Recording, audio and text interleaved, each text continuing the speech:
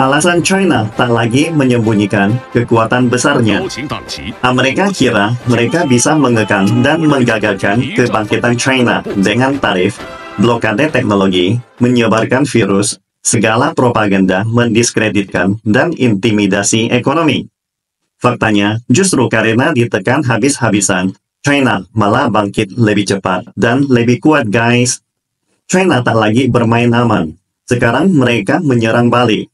Lewat teknologi, kekuatan ekonomi, pengaruh global, bahkan penjelajahan luar angkasa.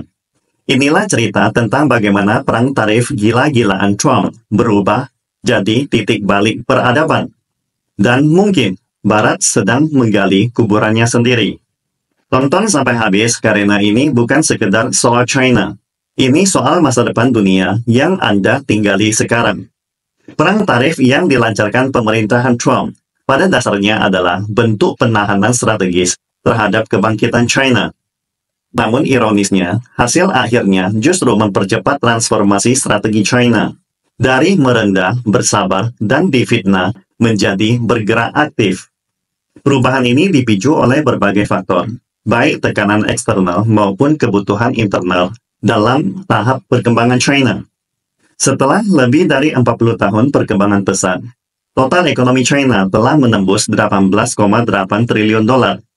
Dengan PDB per kapita melampaui ambang batas 18.000 dolar. Menjadikannya negara manufaktur terbesar di dunia dan mitra dagang terbesar bagi lebih dari 140 negara. Pertumbuhan skala sebesar ini sudah tak mungkin lagi disembunyikan. Pada tahun 2025, proporsi penyelesaian lintas batas menggunakan RMB mencapai 38%, langsung mengguncang dominasi dolar AS. Pangsa pasar global panel surya mencapai 85%. Teknologi baterai solid state memimpin dunia, sepenuhnya mengubah landscape industri energi baru. Ketika jaringan kereta cepat China mencakup 70% dari total global, jumlah base station 5G 6 kali lebih banyak dari AS. Dan komunikasi kuantum berhasil melakukan transmisi jarak jauh hingga 4.500 km. Maka, segala upaya untuk menyembunyikan kekuatan hanyalah seperti menutup telinga saat lonceng berdentang. Berbagai terobosan luar biasa di bidang militer juga sangat mencolok. Jet tempur generasi ke-6 J-40 dilengkapi dengan lapisan siluman plasma yang membuat radar AS dan Jepang tak berfungsi. Kapal induk Fujian dengan sistem pelontar elektromagnetik menciptakan zona larangan berlayar di LCS, menjadikan kebebasan navigasi militer AS hanyalah sekedar gertak sambal. Rudal balistik dari kapal selam JL4 dengan jangkauan 12.000 km mampu mengelilingi dunia. Sementara senjata hypersonic China mencakup 70% dari total global. Peningkatan kekuatan keras ini menjadikan kekuatan militer negeri Panda melangkah dari pertahanan regional menuju kehadiran global yang secara objektif tidak lagi bisa disembunyikan. Itulah mengapa AS sangat kebakaran jenggot. Perlu diketahui, perang tarif Trump bukan sekedar konflik dagang, tapi upaya sistematis AS menghentikan kemajuan teknologi dan industri China. Sejak 2018, AS mengenakan tarif hingga 25% pada barang China, senilai 250 miliar dolar, dan memasukkan Huawei serta SMIC ke dalam daftar hitam. Mencoba memutus akses China ke teknologi canggih. China pun sadar bahwa teknologi inti tidak bisa bergantung pada pihak luar. Maka strategi seperti Made in China 2025 dipercepat. Fokus utama adalah semikonduktor, 5G, AI, kuantum, dan luar angkasa. Huawei meluncurkan Harmony OS dan chip Ascend. SMIC mempercepat produksi chip 14 nanometer. Dan investasi R&D China pada 2024 mencapai 2,55% dari PDB, tertinggi dalam sejarah. Perang tarif menyoroti ketergantungan ekonomi China pada pasar luar.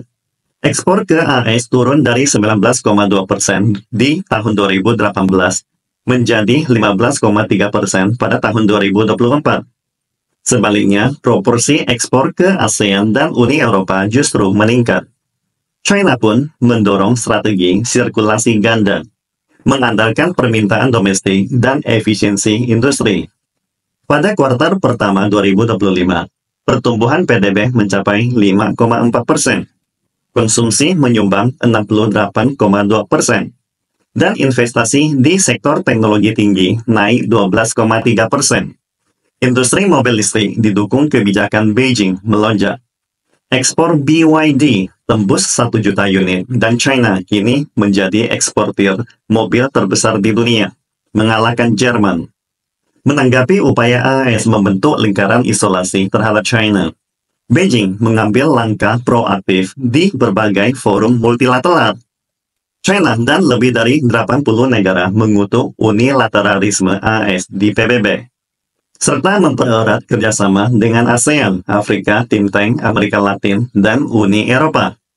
Volume perdagangan China-ASEAN mencapai 6,1 triliun yuan, dan jumlah pengiriman China Europe Railway Express melebihi 73.000 kargo. Ini membentuk jaringan rantai pasok global yang tidak lagi ketergantungan pada AS. China juga lebih terbuka dalam kekuatan militer dan ilmiahnya. Sebagai contoh, CCTV menayangkan detail kapal perusak kelas 055 dan 052D.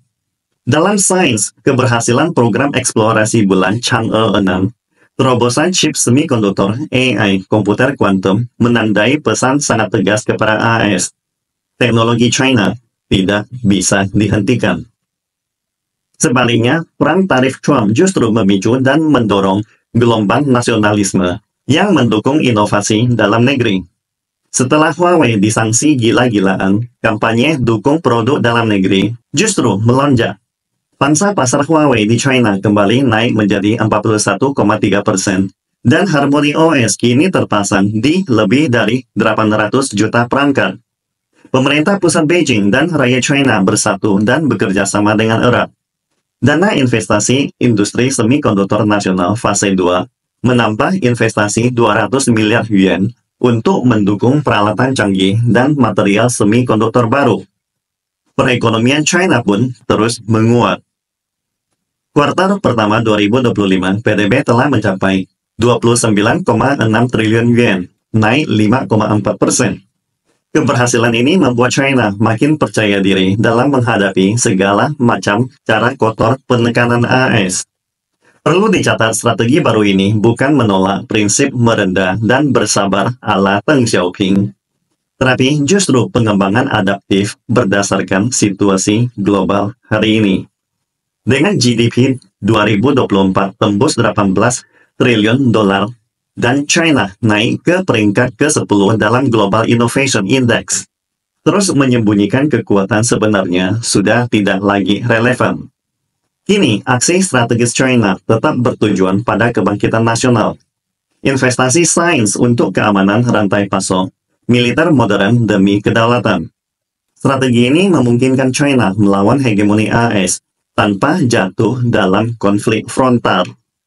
Singkatnya, perang tarif Trump jadi katalis yang mempercepat transisi strategi China. Melalui teknologi mandiri, diversifikasi pasar, diplomasi aktif, dan kepercayaan diri strategis, China tengah membentuk tatanan dunia yang baru. Terbuka tapi otonom, kompetitif tapi kooperatif. Keberhasilan model ini akan menentukan masa depan China dan mengubah wajah tatanan global abad ke-21. Kesimpulannya, pilihan China bukanlah sekedar unjuk otot atau xiao-qiro, melainkan respons aktif terhadap perubahan besar yang belum pernah terjadi dalam 100 tahun terakhir. Di tengah kompetisi strategis dua superpower dunia, China AS, yang semakin intens, restrukturisasi tata kelola global dan gelombang revolusi teknologi yang mengguncang, China menggunakan hard power untuk menjamin garis batas keamanannya, soft power untuk membentuk aturan internasional, dan kekuatan cerdas untuk menyeimbangkan berbagai kepentingan dunia. Kebijaksanaan strategis melakukan apa yang harus dilakukan, dan menghindari apa yang tidak perlu dilakukan ini, bukan hanya mewarisi tradisi peradaban China yang menjunjung tinggi harmoni, tapi juga mencerminkan kesadaran historis akan kebangkitan sebuah negara adidaya. China di masa depan akan terus berpartisipasi dalam tata kelola global dengan sikap terbuka dan inklusif, serta sambil menjaga kepentingannya sendiri dengan mitra dagangnya. Akan memberikan lebih banyak solusi China demi kemajuan peradaban manusia. Jadi, siapkah kita hidup di dunia yang tidak lagi dieksploitasi oleh Washington? Kalau kamu punya pendapat, tulis di komentar ya. Like, share, dan subscribe kalau kamu mau melihat kebenaran yang jarang dibahas media mainstream. Karena ini bukan sekedar analisis. Ini adalah masa depan kita bersama.